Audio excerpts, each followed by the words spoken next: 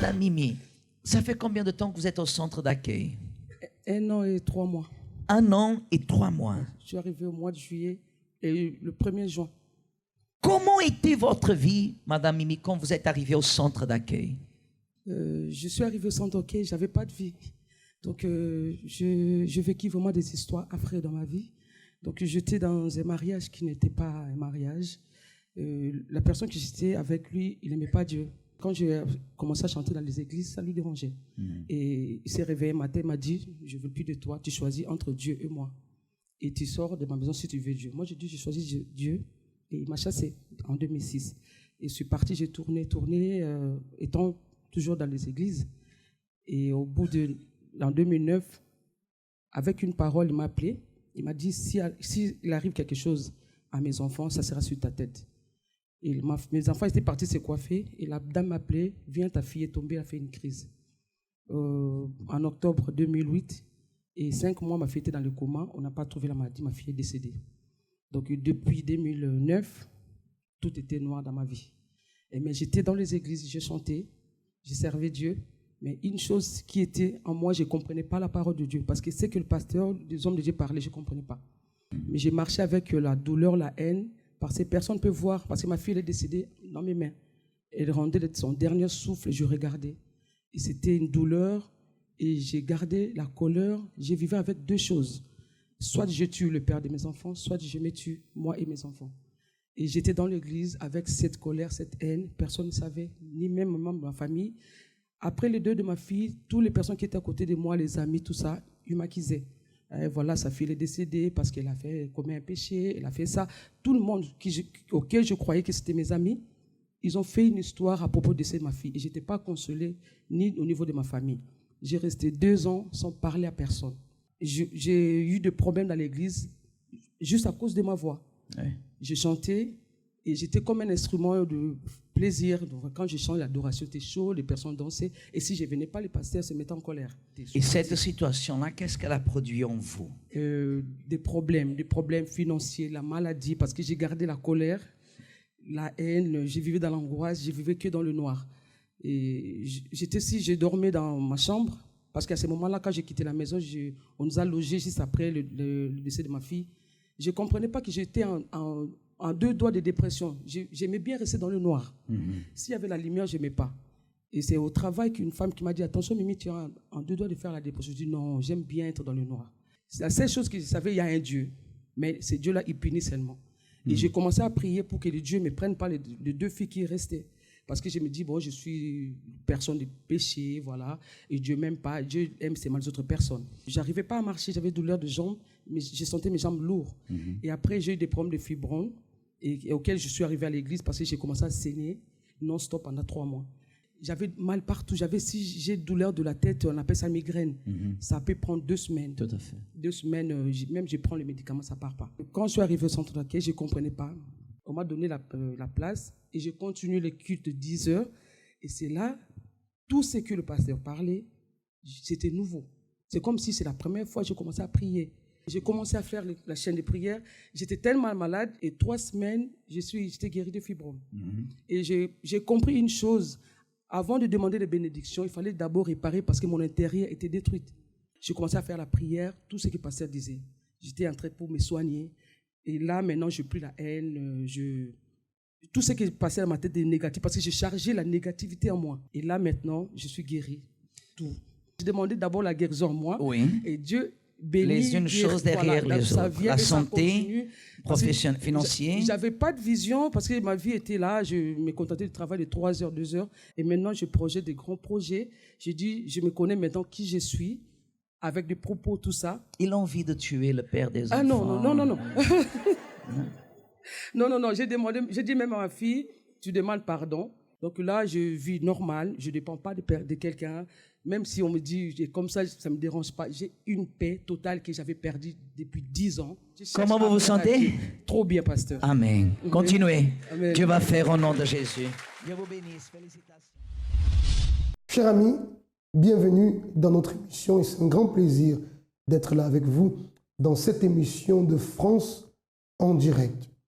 Vous voyez que beaucoup de personnes commencent à souffrir très tôt. Il y a des personnes qui naissent déjà dans la souffrance et qui passent toute leur vie et meurent dans la souffrance.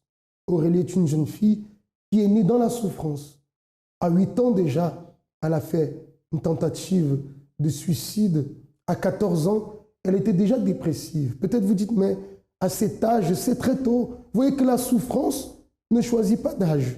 La souffrance peut toucher n'importe qui, mais il y a toujours une solution, quelle que soit la souffrance que nous traversons. Et c'est ce que nous allons vous apporter aujourd'hui pour vous donner l'opportunité à vous qui avez besoin d'aide et qui désirez vous en sortir. Je reçois aussi aujourd'hui Peterson, qui va nous faire part tout à l'heure aussi de son histoire, de l'expérience qu'il a pu avoir à travers la manifestation de la foi intelligente. Je vous laisse découvrir en ce moment l'histoire d'Aurélie et je vous dis à tout de suite. Aurélie, ça fait combien de temps que vous êtes au centre d'accueil universel? Ça fait 5 ans et demi. 5 ans et demi. Oui. Dites Aurélie, comment était votre vie avant d'arriver au centre d'accueil universel? Comment vous étiez? Qui était Aurélie? Avant d'arriver au centre d'accueil, je suis née avec des problèmes spirituels. Et plus je grandissais et plus ça se développait. Quel genre de problème? Quels symptômes, par exemple? Alors, je ressentais des présences et plus je grandissais, je voyais que ces présences se transformaient en ombre, en forme humaine. J'entendais beaucoup de voix. J'arrivais aussi, je faisais beaucoup de rêves prémonitoires, mais c'était toujours des choses négatives. Je ressentais des choses qui pouvaient arriver si quelque chose pouvait tomber sur quelqu'un, je pouvais le ressentir. J'arrivais aussi à connaître la vie de n'importe qui, même quelqu'un qui passait dans la rue. Je connaissais toutes ces choses, mais je me sentais pas bien parce que je n'appréciais pas, en fait. Ça a duré combien de temps? Ça a duré jusqu'à ce que je vienne au centre d'accueil. Oui. En plus de tout cela, j'ai été victime de sorcellerie à l'âge de 8 ans. Et à partir de là, je faisais des tentatives de suicide. Vous avez fait des tentatives? Oui. Lesquelles, par exemple? En fait, tous les soirs, quand je dormais, à partir d'une heure précise, genre 3 heures du matin, j'entendais une personne qui m'appelait dans mon sommeil et qui me touchait. Je sentais vraiment, la personne me touchait, je pensais que c'était mes parents, qui me disaient, oui, il faut aller aux toilettes, il faut faire pipi. Chaque fois que j'y allais, je prenais les produits ménagers et puis j'essayais de boire. À chaque fois, mais je n'y arrivais pas. Je n'y arrivais pas parce qu'il y avait la voix de mes parents qui me disaient, qui m'enseignaient beaucoup de choses et qui me disaient que si on mourait, si on se suicidait, on n'allait pas être avec Dieu. Et je voulais mourir, mais je voulais partir avec Dieu. Donc ça m'empêchait justement de me suicider. Et puis j'ai fait une dépression, j'avais 14 ans. Et c'est comme ça que je suis arrivée au centre d'accueil. Je me suis dit que j'avais rien à perdre parce que j'allais à l'église avant, à l'église catholique, mais ma vie ne changeait pas. Je priais pourtant, mais rien ne changeait. Donc, lorsque je suis arrivée au centre d'accueil, j'ai cherché ma délivrance. J'ai été délivrée totalement. Plus de migraines, je voyais plus rien. Pendant des années, je dormais pas la nuit. Et le matin, je me réveillais chargée. J'étais chargée, angoissée. Et depuis le premier jour que je suis arrivée au centre d'accueil, tout est sorti. Aujourd'hui, quand vous dites que vous êtes libre, aujourd'hui, quand vous dites que tout est sorti, c'est-à-dire ces symptômes que vous avez vécus pendant des années, oui. Ils sont sortis de votre corps. Tout est parti. J'ai fait des chaînes de prière pour ma vie. Quelles chaînes de prière vous avez participé? Je venais je venais le mercredi, vendredi et dimanche. Mais le vendredi, je venais vraiment. Depuis le jeudi soir, j'étais angoissée parce que je savais que c'était la délivrance. Ça m'arrivait souvent le vendredi, soit j'avais des migraines, j'avais mal au ventre, quelque chose qui m'empêchait de venir. J'avais envie d'aller à l'église, mais il y avait quelque chose qui me retenait. Au point où, quand ma mère, elle conduisait, je voulais soit tirer le frein à main, ou soit tourner le guidon pour faire un accident parce que la chose, elle me contrôlait, en fait. Et aujourd'hui, qui est Aurélie? Aujourd'hui, je n'ai plus cette haine parce que je comprenais pas ce qui m'arrivait. J'ai la paix, je dors très, très bien. Et puis, j'ai vraiment découvert ce qu'est la foi au centre d'accueil. J'ai eu mon frère qui avait fait un accident avec ma sœur. Il est resté 3 mois alité. Et aujourd'hui, même l'école ne voulait pas de lui. Ils lui ont dit qu'il va redoubler son année. Aujourd'hui, il est passé. Pourtant, il n'a pas été à l'école. Il a réussi son année. Ma mère, elle est complètement délivrée, même baptisée du Saint-Esprit. Et mon père, qui venait pas. Aujourd'hui, c'est même lui qui pousse tout le monde à aller à l'église. Aujourd'hui, je reste vraiment dans la foi, dans la confiance. Parce que toutes ces expériences que j'ai eues avec Dieu, je peux pas mettre ma vie ailleurs. Je peux pas mettre ma vie ailleurs. que dans les mains de Dieu. Ayant vécu cette expérience des chaînes de prière, de la campagne, tout ça, quelle invitation vous laissez pour les personnes qui vous entendront dans votre témoignage? Il faut toujours persévérer. C'est vrai que quelquefois, il peut y avoir des doutes, mais les doutes, sachez très bien que ça ne vient pas du tout de Dieu. Parce que Dieu nous dit toujours de venir, de se lancer entre ses mains. Et s'il nous dit de se lancer entre ses mains, c'est parce qu'on doit avoir confiance en lui. Moi, je suis sortie de très loin. Si ce n'était pas la main de Dieu, je ne serais pas debout aujourd'hui, en train de témoigner sa gloire. Amen. Je ne serais pas en train de témoigner, c'est sûr. Que Dieu vous bénisse, Aurélie. Félicitations parce que vous avez réussi. Merci. Vous constatez donc le changement qui a pu se produire dans sa vie pour quelqu'un qui est né déjà, dès le bas âge, victime de problèmes spirituels, désirs, tentatives, non seulement des désirs, mais tentatives de suicide à l'âge de 8 ans, dépression à l'âge de 14 ans. Je vous dis, avec un tel diagnostic, on ne fait pas un bon pronostic pour le futur de cette personne. Mais vous avez pu découvrir comment la vie d'Aurélie a été complètement transformée par le pouvoir de la foi. Cher ami, rien n'est impossible. Tout est possible à partir du moment où nous croyons et que nous prenons la décision de marcher dans le chemin de la foi intelligente qui rend possible même les impossibles.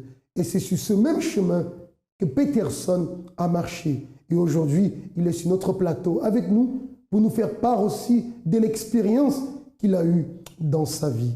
Jefferson, comment allez-vous? Ça va. Aujourd'hui, ça va mieux, oui ou non? Oui, ça va mieux. Alors dites-nous, comment était votre vie avant de connaître le centre d'accueil? Qui était Peterson avant? Avant, j'étais quelqu'un qui était vide à l'intérieur, qui n'avait pas d'ambition. Pourquoi? Parce qu'en fait, je suis né en Haïti et je n'ai pas vraiment connu ma mère ni mon père.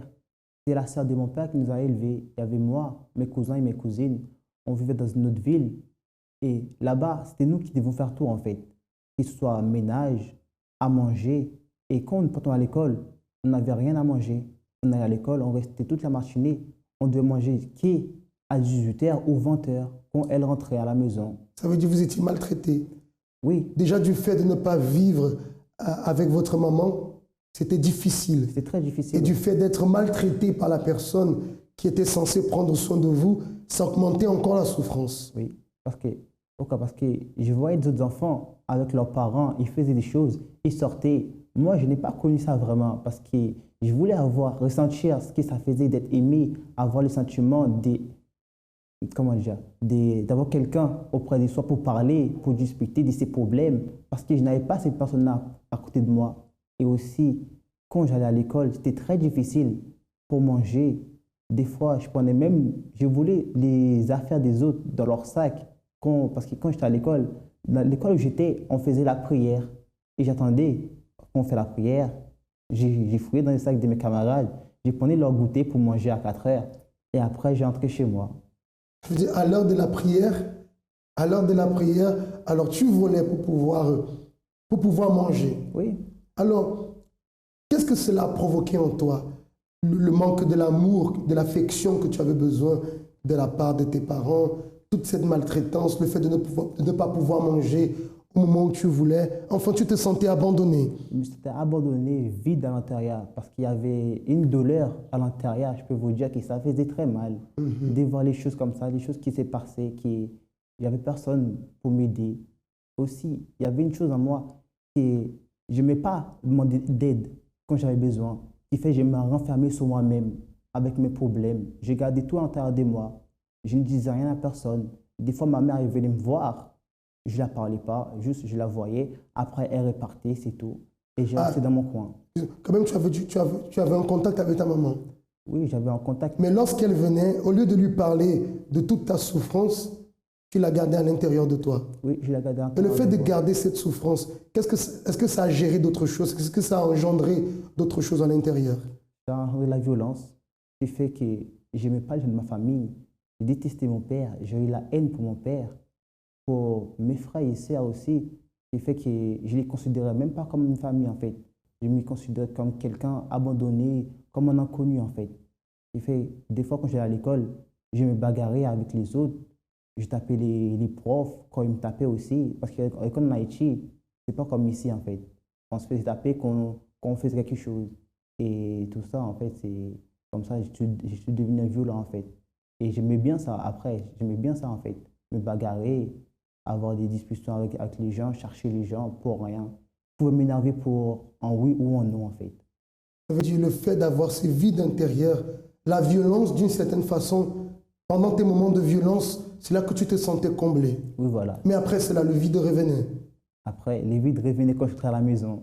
On dit que c'était pas la solution. C'était pas la solution. Et moi, j'ai cherché à combler ça auprès des amis, d'autres personnes qui sont plus grands que moi. Au lieu d'aller à l'école, je restais dans la rue, j'allais dans les marchés, dans les cités.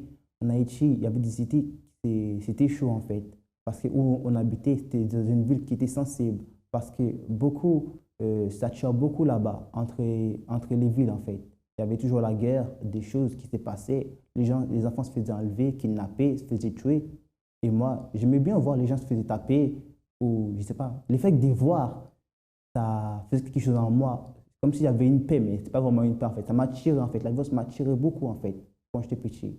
Vous voyez, cher ami, hier on était en train de parler justement sur le fait que lorsque la personne elle a des problèms et qu'elle emmagasine les problèmes sans parler, ça finit par gérer, à engendrer en elle des choses négatives, des choses néfastes. C'est le cas de Peterson, qui pouvait parler de cette situation à sa maman, qui certainement allait prendre des dispositions pour que cela cesse, mais il a préféré garder à l'intérieur. Et plus il gardait, plus cela engendrait de la colère, de la haine, de la violence dans cet état que tu es arrivé au centre d'accueil. Oui. On va marquer une pause, on revient tout à l'heure, on va voir comment il a découvert le travail du centre d'accueil et qu'est-ce qui est arrivé par la suite.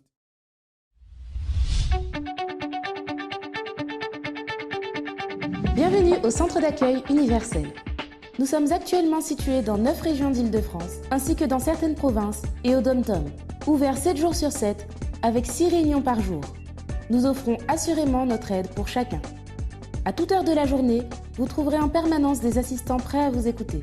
Qu'il s'agisse d'une orientation pour vos choix ou pour une situation particulière, tous les sujets peuvent être abordés. Donc si vous êtes à la recherche d'un conseil, d'une oreille attentive ou juste d'une prière pour reposer votre esprit, n'hésitez pas à venir. Ne vous inquiétez pas si vous ne pensez pas avoir le temps de venir. Si votre situation est difficile, nous avons des séances quotidiennes qui ciblent en profondeur les problèmes liés à tous les domaines de votre vie. Vie financière, santé, bien-être intérieur, famille et mariage, tous ces thèmes sont développés dans nos conférences et réunions hebdomadaires. Aucune prise de rendez-vous n'est nécessaire. Vous êtes simplement bienvenus. De plus, tous les services que nous offrons sont absolument gratuits. Voulez-vous savoir de quoi il s'agit? Suivez-moi et jetez vous-même un coup d'œil. Si vous ouvrez cette porte, vous trouverez des conseillers disposés à vous venir en aide, quelle que soit votre préoccupation. Ils vous donneront, sans vous juger, des enseignements pratiques qui enlèveront la pression sur vos épaules. Pour plus d'informations sur les sessions que nous offrons, vous pouvez recevoir gratuitement un de nos feuillets explicatifs ou notre revue semi-annuelle. Nous offrons également des installations gratuites de garde d'enfants pour la durée de chacune de nos réunions. Soyez donc parfaitement à l'aise si vous avez des enfants. Des éducatrices formées prendront soin d'eux comme s'ils étaient les leurs.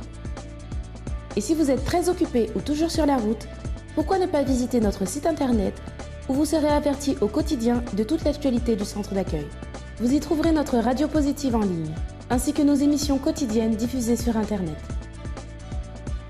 Nous mettons tout en œuvre pour vous aider et vous motiver quelle que soit votre situation. Rendez-nous visite ou appelez notre ligne amie 24 heures.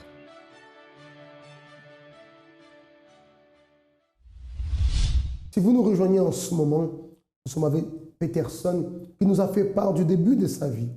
Comment très jeune il a souffert, malmené, maltraité, ne mangeait pas à sa faim, devait souvent voler pour pouvoir subvenir à ses besoins. Et tout cela, le vide intérieur, cette situation qu'il vivait, a engendré en lui de la colère, une haine. Et je peux dire qu'il avait une passion pour la violence. Et bien qu'il soit violent, frappant ses amis, ses profs, qu'il ait eu haine pour sa famille, même ainsi, il ne se sentait pas comblé. Alors Peterson, comment est-ce que vous avez connu le centre d'accueil? En fait, c'était un jour qu'il venait déménager parce que j'ai déménagé souvent. Parce que mes parents, mon père, avec la personne qui vivait, ça n'allait pas. J'ai déménagé au moins 10 fois. et ça n'allait toujours pas, que ce soit avec moi ou avec ses compagnes. On a déménagé, c'était un samedi, je suis arrivé à Bois-l'Abbé, à Champigny, et je sortais, j'ai rencontré Ouvrière Janice, ex-Ouvrière Janice. Elle m'a invité pour un événement choix, je crois. Et c'est comme ça que j'ai connu le centre d'accueil.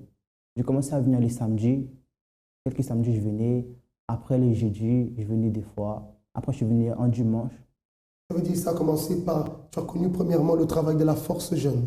Oui, le samedi. Et je voyais que c'était différent. Parce que les jeunes qui étaient là-bas, dans le groupe jeune, je voyais qu'ils étaient là, qu'ils faisaient des choses, ils ne faisaient pas semblant en fait. Il y avait quelque chose en eux que moi, je n'avais pas. C'est quelque chose que je voulais avoir, que je n'arrivais pas à avoir. C'est pour ça que j'ai commencé à venir, même si je faisais d'autres choses dehors, mais je venais quand même les samedis. Mais quelquefois, des jeudis, je venais, quelques dimanches, je venais, mais c'était sans plus en fait. Il y avait déjà quand même un intérêt. Oui, voilà, il y avait quand même un intérêt pour que je vienne en fait. C'est ça qui m'attirait, c'était cette paix qu'eux, ils avaient, cette ambition qu'ils avaient, que moi, que je n'avais pas. De faire les choses, de s'engager, avec plaisir. Non, c'est pas... On voyait qu'ils ne faisaient pas semblant en fait. C'est ça qui m'a attiré. Aujourd'hui, voilà, qui est Peterson aujourd'hui?